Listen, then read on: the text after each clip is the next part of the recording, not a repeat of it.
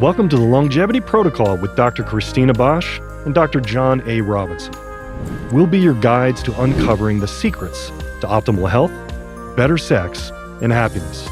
From debunking aging myths to exploring the science behind what it means to live the Longevity Protocol, we'll dive into a wide range of topics. So, get ready for an exhilarating journey in what it means to live well and feel your very best at any age.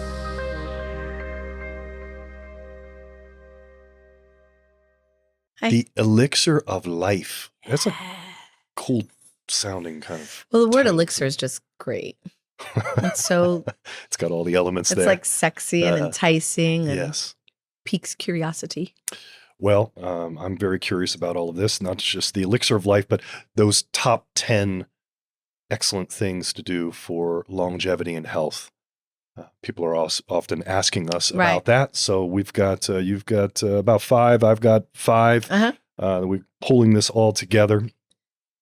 So we're going to ask, what is specifically the elixir of life? What does that mean? What does it sort of mean to us? Okay. What are those 10 key things? And you've got really 5 very interesting things that are very similar to what both you and I would say. And then the 5 that I chose are from Henry Lindler. So we're going to talk about Dr. Henry Lindler, who is an original founder of naturopathic medicine. There's a book called The Philosophy of Natural Therapeutics. I've certainly dug into that book many times. And that was, we were introduced to that in the very first week of our medical training. They're like guiding principles to wellness. The foundational philosophical premise of the whole thing, coming back to the basics of understanding of how to get through health and how to diagnose and how to treat and all that. And it's like an interesting, enjoyable read, especially if you don't try to power through it. So we'll make sure we provide that information. All right, go ahead. Well, what is the elixir of life? We were asked this question, and there are. I mean, it's a mythical kind of concept in general about the elixir of life, something that's going to help somebody to live forever. And there's different sort of almost metaphysical concepts behind all of that. But I think what it comes down to, I don't know, the ideas of God. I mean, that's really, there's a sort of spiritual kind of look at that. Even though we tend to think elixir is like a potion. I mean, in alchemy, they would say there would have been an actual potion that you would figure out. But a lot of what all that means, whether we're talking about alchemy or you're talking about even the concepts of God, it's about kind of coming internal. That the answers to the elixir of life for yourself is understanding more about yourself. Yeah, I love that. I mean, and even when we start with the initial question of living forever, obviously that in and of itself can be a very spiritual conversation. How do you define forever? So what we're talking about really is living an earthly life forever and all the energetics and the spirituality. And I love that. Yeah. I mean, inevitably we're still spiritual beings. So we have to, while we're here in this realm and what it is that we're doing here, we're spiritual beings. So it kind of wraps itself into that whole thing. Yes, indeed. So, for me, I always think that the path to longevity is through self-care. If you're taking care of yourself, if you're focusing in on taking responsibility for yourself and your own health, and you're caring about yourself, I mean, sometimes, I don't know, it comes down to maybe even self-esteem sometimes for patients, that they almost don't feel worthy to take care of themselves enough. There's so many, I have a patient who reminded me, a longtime patient reminded me, we just got done watching Ghost. Not Ghost, excuse me. I was going to say, I didn't watch that. No, not Ghost. Although that's such. Well, with the kids, what did we watch? The Sixth Sense. Oh, The Sixth Sense. And spoiler alert, but not everyone's seen The Sixth Sense probably by now. But there was that one mother who was slowly poisoning her child, and how they figured that all out. And sort of horrible story. But I have a patient who was telling me that's she was concerned about toxicity for herself. And this is a woman who's now in her 70s. But that actually happened to her. It was something that had sort of personally happened to her. Isn't that horrible? It's horrible. So, poor lady. I mean, that idea of, so sometimes people can be so traumatized that they don't even think that they have the right to have health. I mean, because it's your own internal right. Yeah, and being towards poisoned by health. others doesn't always mean literal. You're going to have emotional poisoning that makes you feel less than. In fact, I think that's one of my top suggestions is if we're talking about living a well-lived life for as long as possible, then the person has to want to live that life, and they have to feel that they deserve that life. And step one for sure is self-love. Yes. But self-love, self-care.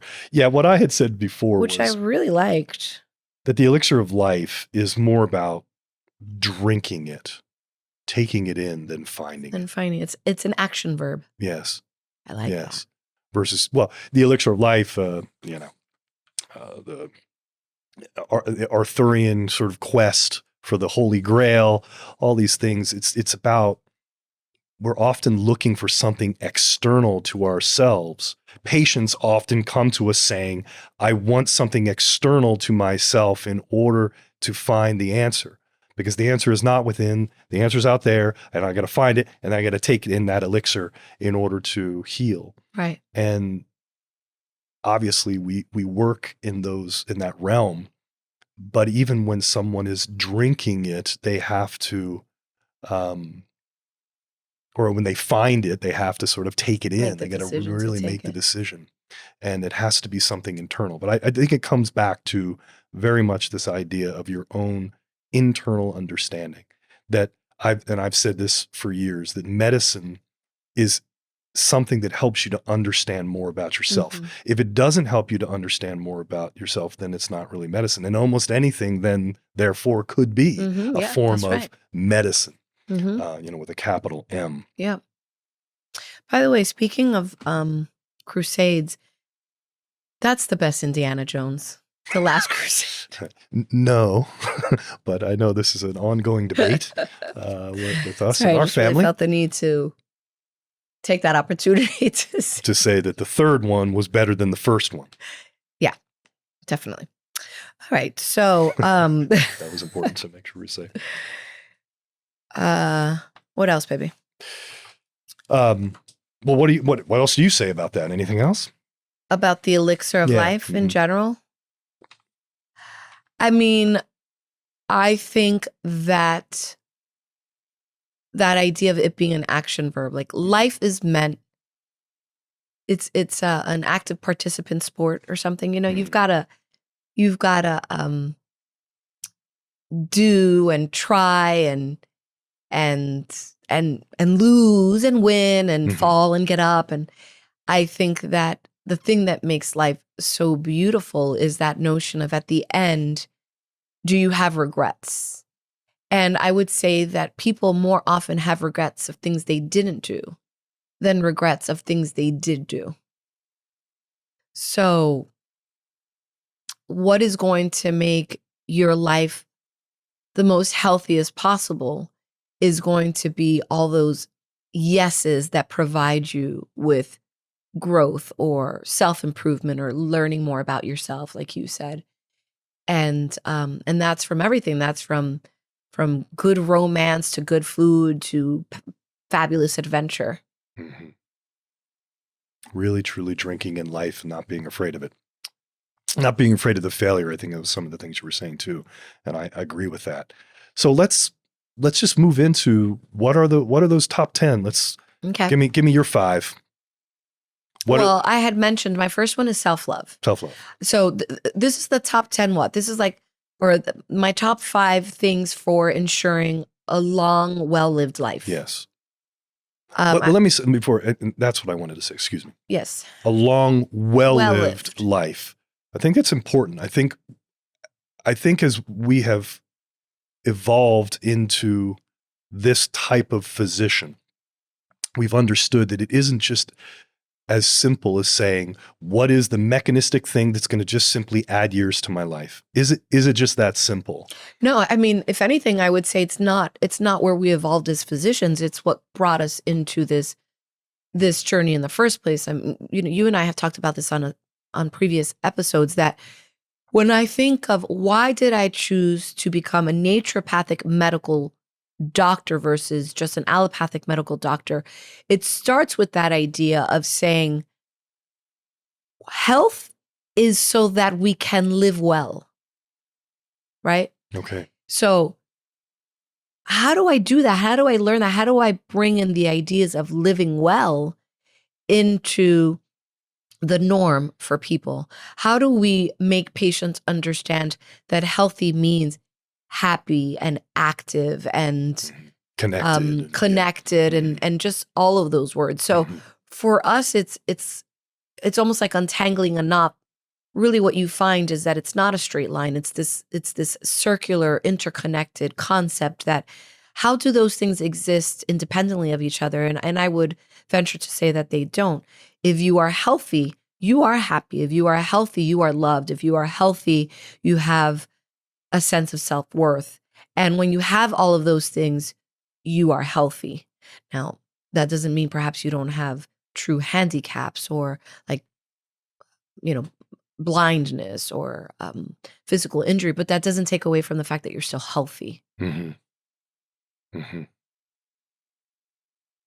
Yeah, I mean, that's the idea of experiencing the most with the hand you've been dealt, and often we don't do that. Okay, so self-love is one. What else? Self-love is the one. The one. That's the first one for me. That's at the core of everything. And then probably no shocker to anybody, the second thing I wrote is related to food. Food is so I good, mean, my 5 are self-love. Number 2 is basic principles of clean, healthy eating. I mean, food, I'm going to read my notes here just because food is so good. For me, it's all about eating well, right? So, and it's the single most important factor in general wellness. The gut is probably, or healthy gut is like probably the primary outcome indicator for wellness. It's going to be about prevention. Like if you have a healthy gut and you are keeping it healthy through good, clean eating, then you are going to prevent illness in the first place. Yep. In general, we're talking about general. Heal the gut and the rest will follow. That's right. If you already have illness and you want to repair that illness, you absolutely must heal the gut and the rest will follow. So if we're talking about your digestive system, then we 1000% are talking about the things that you are consuming. And for me, that means good food. Yeah? You sure? Okay. I'm right there with you. All right. Then number 3 is enjoy the process, which is enjoy the life. You want to live to be 100, enjoy every stage of life. Don't be in a rush to get to the next one. Don't be afraid of what comes next. I think it's a little bit of both. I've learned that from you. What? I mean, you always remind me of that. You always help me to stay in the moment. I'm often thinking ahead. I'm here in the middle of this podcast thinking ahead. Yeah. You think about what's number 4? Right. What's the answer? Yeah. And you're very good at that. And I think that's something I've definitely learned, and we all can learn. Oh, well, I mean, it takes work. Sure. But if you think of most studies that have to do with longevity, mindfulness is in there. Being in the present, meditation, slowing down. I mean, that's how people deal with stress as well, because stress is the interpretation of it. So are you even something that could be deemed as stressful? I don't know, I'm doing the dishes. You can enjoy the process. Right. I talk about that a lot. Yeah, you're right. Enjoying the process, even something that's potentially has a negative connotation or something that could be interpreted as stressful. So it's all in perspective. Yeah, right. Like that, like the process. So I need to eat well, but to eat well, I have to go to the supermarket. I have to come home. I have to cook. I have to clean up. I have to. Okay, but the process is part of the enjoyment. They've heard of, say, you listeners, you've heard me say, when you're at the farmer's market, pick it up, smell it, make food shopping something you enjoy, maybe don't make it like a 30 bag shopping spree where you drop $300 all at once and then half the food gets thrown out. Maybe that's part of what you don't like about it. Go to the market several times a day, several times a week. Don't think of that as a chore. Don't think of that as a responsibility. Don't think of that as something that's taking your time away from sitting on the couch? Like, stop at the grocery store, pick up foods that you're going to eat right at that moment, cook as a family, be at the table together. Same thing with intimacy. Like, slow down. You just met someone that you like. Enjoy the process of smiling at each other. Enjoy the process of a first kiss. Enjoy the process of after sex. Like, slow down. Find pleasure in the pieces that make up your memories. That's a well-lived life. Even the hard ones. Mm-hmm. Not that that's easy, by all means. That's not that it's easy, and I definitely enjoy avoiding pain. But even within that, right? You say here, find a wellness partner. What do you mean by that? Well, find a wellness partner is something I'm a big advocate of, because I say that people need to be their primary responsibility when it comes to health and wellness. So you owe yourself. You owe yourself to be curious about options. You owe yourself to be brave to learn about your health outcomes. You owe yourself to be advocating for alternatives. But you still need a practitioner that is going to be the person that can order those labs for you or call in those prescriptions. I think about myself, and I have done obstetrics and gynecology and women's health, and I've studied a lot, and I have become an expert in the world of women's health. And yet, when I was pregnant, I was grateful that I had you to ask questions to, that I had my sisters, my parents. So many of you are health practitioners, that I had an OB doctor that listened to me and that was willing to allow me to do, Dr. Decker. not allow me, to support me. Dr. Mary Decca, she's fantastic. whom I love. She's fantastic. Who supported me in saying, okay, you want to give natural birth 3 times over the age of 35? Okay, we can do this, right? So even though you have to be your own advocate, part of that is finding a specialist that is going to work in this world of longevity and functional medicine with you. Yeah, well, as soon as you say that is also easier said than done. It's possible. People have to continue to. Well, I mean, we're here. Absolutely, but they are. I wish there was more. Yeah, and patients wish there were more. I mean, patients will continue to default back to their primary care doctors and that regular system, and that's a needle in the haystack. In the regular system. But it has to be. I mean, part of your responsibility to yourself is, okay, you found a doctor that you love, but they're not within your insurance plan. Then that's a decision you have to make. And I'm not saying this is easy. I know I always feel the need that I have to clarify that. I'm not saying these things are easy. What I'm saying is that they are possible. And the first step in making something easy is believing that it can be. You have to believe that this can be. So start to move out of this notion of the conventional insurance system. So I'm stuck with whatever doctor is available to me. No, keep finding a doctor. First, work within the ones that are in your insurance plan. If you don't find one, then say, okay, well, maybe I need to consider a different insurance plan, like major medical, catastrophe insurance, right? Right. And then especially with that type of insurance, it hopefully allows people to step outside of the insurance sort of constraints, and you can find people that are often cash based that can give you those answers. Yeah, and maybe you have that needle in a haystack doctor that's great. Okay, maybe you don't go to them for everything, but can you go to them when you're stuck? Can you go to them when you're curious? Can you go to them when you're worried? Many of our patients, I think, utilize us in that as fashion. A sounding board. That's right. As a sounding board, knowing that, and they have often, I say, a team of doctors, but they have more than us. Yeah, I mean, we're not primary care doctors. We always tell our patients, make sure you have an established relationship with someone, but by all means, they can call us and we can give them our thoughts. You say find a purpose and a belief. What do you, or have that? What do you mean by that? I think it's extremely difficult to live a long, well-lived life without purpose. We had this discussion in one of our very early podcasts where we say the Longevity Protocol podcast is about health, sex, and happiness. And you said, well, I don't really love the word happiness. Mm-hmm. I prefer the idea of purpose. Yeah. And I invited listeners, and actually I've had patients who have come up to me and said, after you talked about that, I started to explore the idea of what does happiness mean to me, and perhaps what word would I replace that with?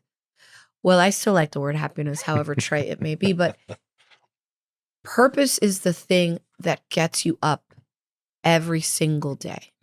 Purpose is the thing that when you are, God forbid, in a hospital, tied to tubes, and you have to dig deep to find the strength to continue. Yeah. It's purpose. It's an anchor as well as a drive. It's an anchor as well as a drive. That's a great idea of the thing that keeps me grounded, but keeps me looking forward. Yes. Mm-hmm. So what is that purpose? And we all must have one. Providence, that notion of providence and destiny, like Uhtred. What's the name of that show? The Last Kingdom? The Last Kingdom. Uhtred, the son of dumb, Uhtred. but it's enjoyable. Destiny anyway, is all. Destiny is all. You need something that says, why am I here? Mm-hmm. Those are my 5. Those are 5 good ones. I Great agree ones. with. They're great. Absolutely, Christina. They were all great. I like my now, sticker. I have also 5 great ones. 5. I think they're 5 great ones. Yeah. And I'm gonna talk a little bit about Lindler. Okay. That was that book, learning all of that. That was. Oh my God, it was so exciting. Yeah. That I felt like I just got such a profound sense of answer. Yeah. So quickly in that first week of school. It really did root me into understanding why I was there and what I was getting ready to really delve into. What it did was it outlined the purpose, because when we were deciding to become physicians, bringing it back to what I was saying and what you were saying, when we were deciding to become physicians, we had to already choose a path. Do we want to be a DO? Do we want to be an MD? Do we want to be an NMD? Whatever, right? These are the guiding principles that put into words, in an outline, what we were feeling innately. Yes. And drawn to do. And it could, almost anybody could be feeling that, meaning is it's getting straight into the core of health for anybody. I can't. Thank you. Is it because I just sat up? I don't know. You look pretty. Anyway, go ahead. Okay, so Lindler. And, Dr. James Sensenig, God rest his soul, again, was the person who really brought that forward to us. Fabulous mentor. Excellent teacher. The idea of the philosophy of the medicine. It's harder in allopathic medicine to have a philosophy, or at least in the way they're teaching it in modern times. It doesn't lend itself. It doesn't have that underpinning philosophy. And in naturopathic medicine, we have that. And even that has its points of contention. I'm sorry. I have to disagree with that. I think that there is a guiding philosophy, because all first-year med students, regardless of the track, take these oaths. Yes. And those are philosophies. The difference, I would say, is that in naturopathic medicine, like what Lindlar is doing, is that it is then an outline that is translated into the treatment recommendations, perhaps more effectively. What I'm saying, here's the difference, and this has been written about before. Trying to remember the name of that other book, another book that we were given. With naturopathic medicine, there is a foundational philosophy that is timeless. It's a foundational philosophy that lasts, it abides. But what happens in conventional medicine, it is only as good as the next scientific study, because it's constantly changing. I'm not saying that is necessarily bad. I'm saying that it doesn't have a core that it can hold on to, because the very nature of it necessitates this More evolution. change. It has to have change. Okay. And that's really what I Okay. meant. Because it's not to say that they don't. I mean, I don't think it's fair to say that there is no No, I guiding mean, philosophy. they It's take just a Hippocratic oath that's similar to what it is that exactly, we would do. So no, I just mean that it's well, we were talking in another episode about reductionism, and that is, in a way, we could almost say that is, I guess, a philosophy that they would have, but it lends itself to this constant change through scientific awareness. Right. Again, I'm not saying it's bad, but they can't say there's the core. When we read what I'm getting ready to go over here, it's and timeless. it was a timeless thing that just related to your own humanity and what that meant to heal and to the laws of nature. And to the laws of nature. These are just timeless things. And that is, I guess, reassuring to have that. That's what I meant when I first said it. It was like suddenly like, oh, okay, that's a grounding thing. It's anchored. Now I'm getting ready to drink from a fire hose and learn all these other things. And that's always a very sort of scattered feeling when you're going through that much information. But we started it off by saying, no, here we can, Einstein said, if you can't take something and put it down to its simplistic forms, then you don't really master it. You're not really a master of information unless you can just say, here it is in simplistic ways, and I can explain that to, a 3-year-old. That's mastering information. And that's what it felt like, even though at that point we still were, complete, novices and didn't know anything. But it felt that way. And that's what this means here when I'm getting ready to go over. So, all right. What are some of those 5 key concepts that Dr. Henry Lindler would say in his books? Return to nature. Just coming back to the basic concept of diet, exercise, fresh air, rest. Those things determine our health in a profound way. Even conventional doctors say, well, diet and exercise. It's just unfortunate that the concept of diet and exercise, well, okay, yeah. Thanks, diet and exercise, but where's the pill? But that's a foundation of determining your health, and we should come back to that and see that as a foundational thing. This cannot be oversimplified. I mean, I just posted recently about some studies that said like 6 minutes of listening to birds reduces stress dramatically. Yes. When we're talking about returning to nature, transcending time, something that's free, something that's 100% within your control, something that's perfectly in line with longevity protocols. Put your feet in the grass, walk in the sand, even if it's cold out, like, is it in Sweden where they say there's no bad weather, just bad garments, like you're just not dressed appropriately. Like, don't blame the rain, don't blame the snow, just let it hit your face, fresh air. We don't do enough of that in modern day society. So even if people just did that and still took their pill, they'd be way better off. Well, what you just said there, that would be number 2, elementary remedies: water, air, light, and even electricity. That would be used as a therapeutic regimen. Yeah. So now you can see it went from super basic. It's still basic, but it's getting a little bit more advanced. But water, air, and light is pretty basic. Yeah. But hydrotherapy is such a foundation of what naturopathic medicine is about any type of longevity protocol. Hydrotherapy, cold, hot, contrasting types of temperatures. That's the foundation of naturopathic medicine. But talk about something everybody's talking about here lately. I'd like to do a whole episode on hydrotherapy. Just on hydrotherapy. Yeah. When we go to northern Spain, right, in the summer, regularly, and the water there is freaking cold. My brother-in-law, who's from Galicia, he says it's refreshing. And I'm like, no, brother, it's cold. That's where like our Caribbean blood says otherwise. But what we notice is that the older couples, clearly older, I'm like 60 plus, 70 plus, they have in their daily routine to walk at least waist deep in those cold waters on a regular. You see them, they say hi to their friends, they say hi to their neighbors, they chit chat. But these are mountainous terrains, and these are older people, and you see them, they take their time walking up those hills, but those cold waters are extremely therapeutic and aid in longevity.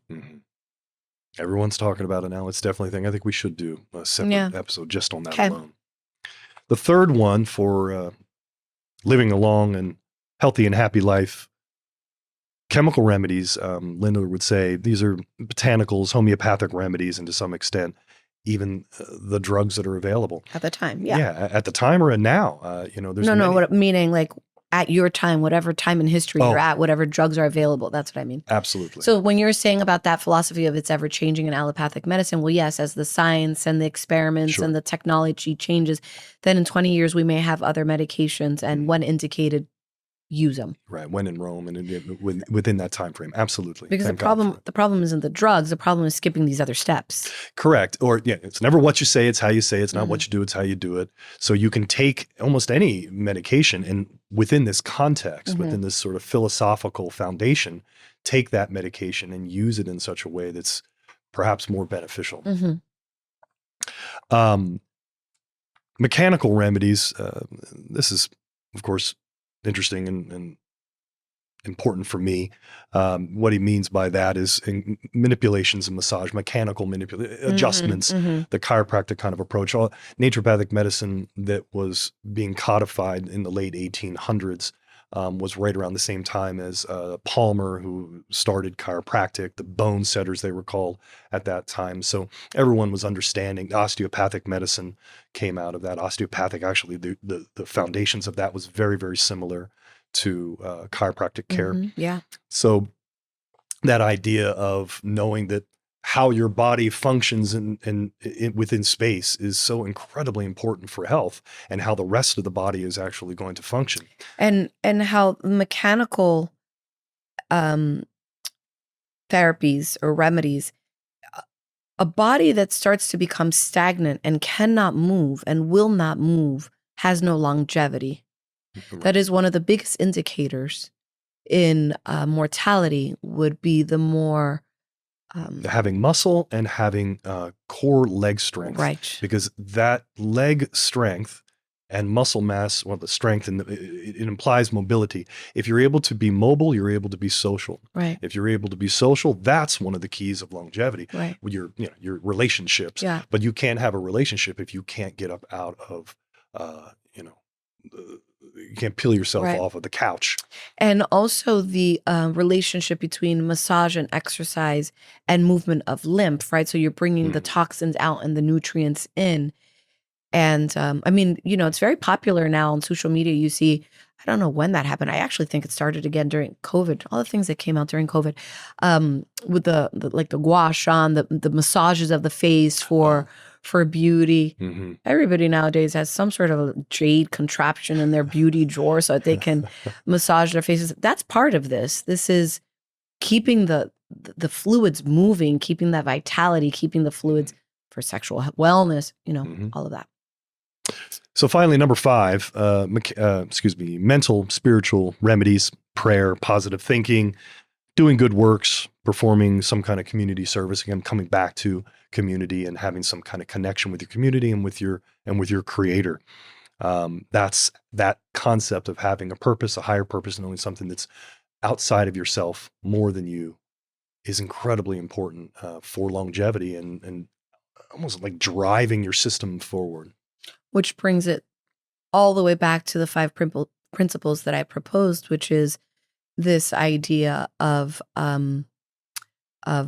purpose and enjoying the process. I mean, you need that intact mental, emotional, and spiritual health to want to live a long, healthy life. Well said. What else would you want to say? We kind of covered it, right? I think so. I think that So let's go over the whole list again. Okay. Self-love, basic principles of clean, healthy eating. Yeah, take care of that gut. Yeah, take care of the gut. It's great. Enjoy the process. Find a wellness partner. Like, don't do it alone, Then don't give up. You'll be able to find it. Have a purpose and belief.